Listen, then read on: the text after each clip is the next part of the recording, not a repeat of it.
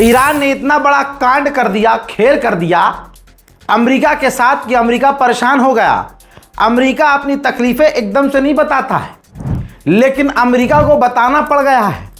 America ने जानकारी दी है कि मिडिल ईस्ट में यानी तमाम अरब देशों के इलाकों में जहां जहां अमेरिका के फौजी हैं, ईरान ने हैकिंग के जरिए उनके मोबाइल को हैक किया है ताकि उनको लोकेट किया जा सके और उनको निशाना बनाया जा सके। हजरात, ये तो फिर अच्छी बात है ना। ईरान नहीं चाहता कि हमारे हमलों में आम लोग निशाने पर आएं।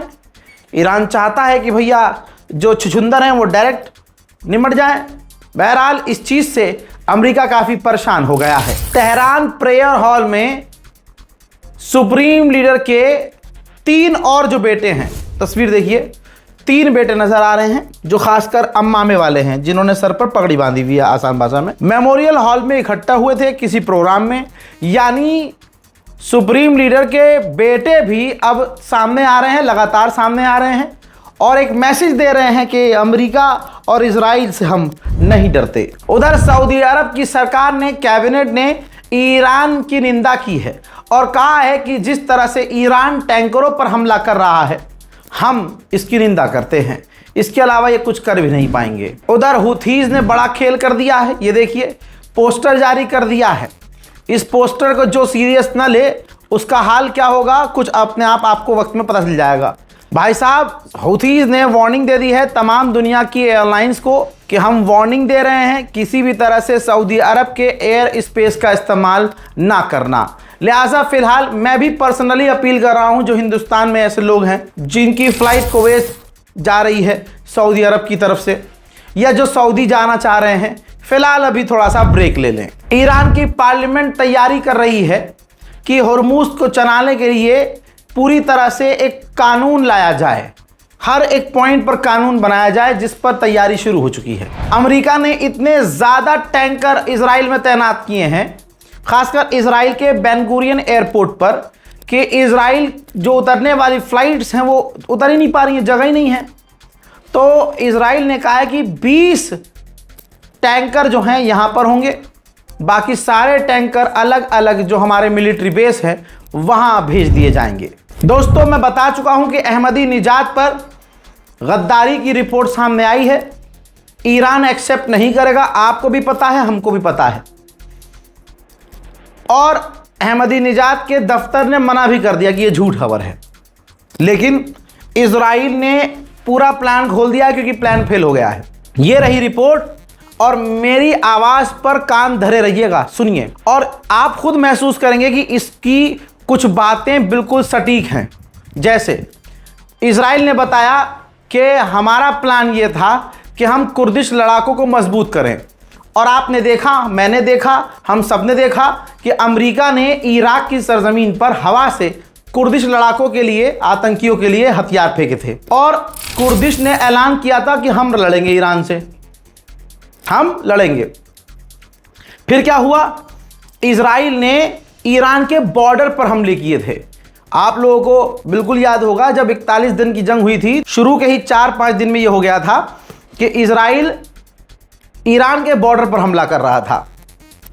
इसी रिपोर्ट में कंफर्म है कि उनको हथियार दिया गया, उसके बाद बॉर्डर पर हमला किया गया ताकि बॉर्डर टूट जाए और कुर्दिश आतंकी हथियार लेकर हमारे लोग ईरान के अंदर घुस जाएं।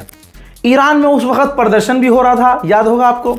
तो उन प्रदर्शनकारियों के साथ मिलकर पूरे ईरान में आग लगाएं और प्रदर्शन इस लेवल का हो जाए कि सरकार डगमगा जाए। जैसे ही सरकार डगमगाए, वो कुर्दिश घुसपैठिए अहमदी निजात को सपोर्ट करें और अहमदी निजात अपनी मूसाद वाली ताकत से, जो वहां मूसाद उनको सपोर्ट कर रही होगी, ईरान की सरकार का कंट्रोल ले लें। लेकिन ये तमाम प्लान फेल हो गया। ये मैं नहीं कह रहा हूं, और इसकी जो पूरी तरतीबवार खबर है, इनमें से हम खुद गवाह हैं कि कुछ कुछ चीज़ें हमने खुद देखी हैं। लेकिन अल्लाह का करम यह रहा कि आखिर में मूसाद का प्लान फेल हो गया है। डरे हुए नेतन्याहू ने कहा है कि मैं ईरान से कहना चाहता हूं कि अगर तुमने हम पर हमला किया तो हम तुमसे बड़ा हमला तुम पर करेंगे। ערוכים לכל תרחיש. אני יכול להגיד לכם רק דבר אחד, לא, אני אגיד את זה למנהיגי איראן. אל תבנו על כך שיהיה שקט אם תתקפו אותנו. אל תבנו על כך שיהיה שידור חוזר. כי זה לא יהיה שידור חוזר. הוא היה מספיק עוצמתי. זה יהיה שידור אחר, עוצמתי הרבה יותר. נגמרו הימים שמישהו פוגע בנו ואנחנו לא מכים אותו מכה אחת אפיים.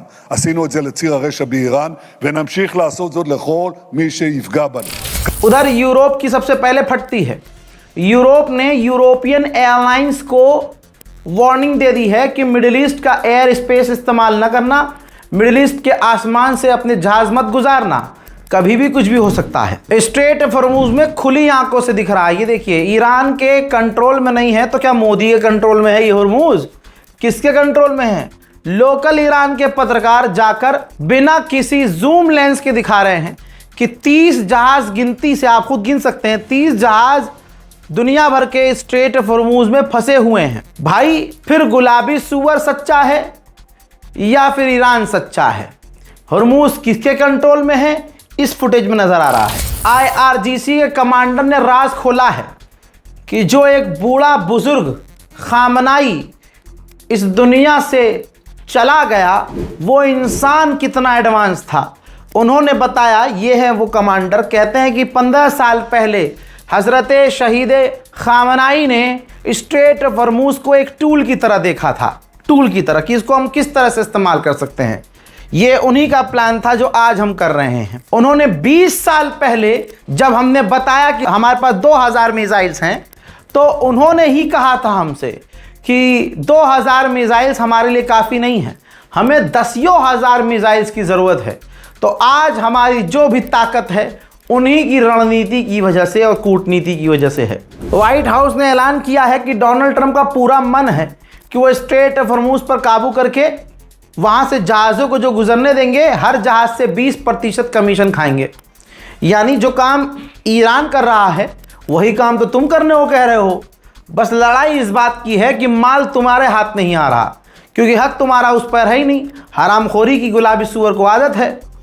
व्हाइट हाउस ने ऐलान कर दिया है, यहाँ तक कि डोनाल्ड ट्रंप के जो एडवाइज़र थे मना कर रहे थे कि इससे बुरा इंपैक्ट पड़ेगा, लेकिन गुलाबी सुअर ने सबको शांत कर दिया है। वहीं दूसरी तरफ इजराइल आदत से मजबूर, मैं तो रोज आपको अपडेट दे ही रहा हूं कि लेबनान में क्या कर रहा है, फिलिस्तीन में क्या कर रहा है इजराइल। अब देखिए गाजा पर, अल्लाह अकबर, गजा पर इजराइल ने फिर से बड़ा हमला किया है। गाजा के अंदर जो पुलिस स्टेशन था, गाजा का ही टूटी फूटी सरकार, टूटा फूटा पुलिस स्टेशन जैसे चल रहा था, इजराइल ने उस पुलिस स्टेशन पर ही हमला कर दिया। गाजा के 7 लोग शहीद हो गए। खाना पानी तमाम चीजों की दिक्कत है सो है, लेकिन अब वो हमले भी बढ़ा रहा है। और आप लिख के ले लीजिए, वो हमले बढ़ाएगा। जिस बहन से हम कांटेक्ट में हैं, पिछले 10-15 दिनों से वो लगातार हमसे कह रही हैं कि रज़ा भाई, यहाँ बहुत सारी चीज़ें अभी भी ठीक नहीं हैं और ठीक होने में समय लगेगा। अभी भी बच्चे, बूढ़े बुजुर्ग भूखे हैं। तो दोस्तों, पहले तो जब आप लोगों की मदद रुक गई तो हम जितना कर सकते थे कर रहे थे। कम से कम एटलीस्ट पानी के लिए हमसे कहती थी, हम पानी के लिए मना नहीं कर पाते थे। तो अब क्या है, टैंकर भी वहाँ इतना सस्ता नहीं है, आप लोगों को पता है, आप लोग खुद मदद भेज चुके हैं। तो दोस्तों, 3-4 महीना 5 महीना तो हो चुका है। बीच में 1-2 बार हमने और मदद भेजी थी, छोटी छोटी मदद, लेकिन उस मदद से पूरे मोहल्ले को पानी नहीं पिला सकते और अकेले तो मैं कुछ कर नहीं सकता आपके बिना। तो अगर आपको लग रहा है, बहुत लोग ईमेल भी कर रहे थे मुझे, तो देखिए इस स्कैनर का इस्तेमाल करिएगा एक बार फिर से, सिर्फ यही स्कैनर, ठीक है। और फिर से कह रहा हूँ, सिर्फ इंडिया के ही लोग, हिंदुस्तान के अंदर से ही ऐसे लोग जो गाजा मदद भेजना चाहते हैं, वो इस स्कैनर का इस्तेमाल करिएगा। स्कैनर काम नहीं करेगा तो नीचे अकाउंट डिटेल दिया हुआ है IFSC कोड समेत। तो बेहतर ये है, अगर आप नहीं चाहते कि पैसे अटके नहीं, डायरेक्ट अकाउंट में जाए, कोई मसला ना हो, तो सीधा आप बैंक अकाउंट पर ही ट्रांसफ़र करने की कोशिश कीजिएगा, ठीक है दोस्तों। अब सोचिए, इजराइल का डिफेंस मिनिस्टर कैसा घटिया आदमी है। ये देखो क्या कह रहा है, कहता है कि गाजा की तबाही देखकर, उनकी बर्बादी देखकर मुझे अच्छी फीलिंग्स आती है। सोचिए, एक क्रिमिनल के हाथ में जब ताकत आ जाती है तो वो कोर्ट भी खत्म कर देता है। आप योगी और अमित शाह पे मत चले जाइएगा, हाँ, मोदी पे मत चले आइएगा। मैं बात कर रहा हूं इंटरनेशनल क्रिमिनल कोर्ट की। दुनिया भर का सबसे बड़ा इंटरनेशनल लेवल पर जो कोर्ट बना हुआ है, जो दुनिया भर के क्रिमिनल्स के लिए है, बड़े बड़े क्रिमिनल्स के लिए, अमेरिका ने उस इंटरनेशनल क्रिमिनल कोर्ट को खत्म करने की प्लानिंग कर ली है कि भाई इसकी फंडिंग रोक देंगे, इसको फंड नहीं देंगे, इस पर बैन लगा देंगे। सोचिए क्यों इंटरनेशनल क्रिमिनल कोर्ट को आज बंद करने की बात क्यों हो रही है? क्योंकि इजराइल के खिलाफ इसने अरेस्ट वारंट जारी कर दिया है, वो भी नेतन्याहू के खिलाफ अरेस्ट वारंट जारी किया है। सारी दुनिया अमेरिका और इजराइल के कंट्रोल में जा रही है। उधर मेरे दोस्तों ये तस्वीर देखिए, मुझे पता है आप लोगों पर फर्क नहीं पड़ता। इजराइल 2.8 बिलियन 2.8 बिलियन डॉलर खर्च करेगा फिलिस्तीन के वेस्ट बैंक पर कब्जा करके वहां यहूदियों के लिए कॉलोनी बनाएगा। यानी फिलिस्तीन की सरजमीन पर लगातार कब्जे बढ़ा रहा है इजराइल। अब गुचट्टे आएंगे, बहुत बढ़िया ये, अबे तुम्हारे बाप ने अभी कुछ दिन पहले बोला था कि फिलिस्तीन का हल होना चाहिए, 2 स्टेट सॉल्यूशन ही इसका सॉल्यूशन है। इंडोनेशिया में तुम्हारे वालिद मोहतरम ने जाकर लबर लबर बोल के आए थे। अपने बाप के भी सगे नहीं हो क्या? इस रिपोर्ट को शेयर कीजिए, अपनी राय कमेंट सेक्शन में जरूर लिखिए। दुआओं में याद रखिए। जय हिंद।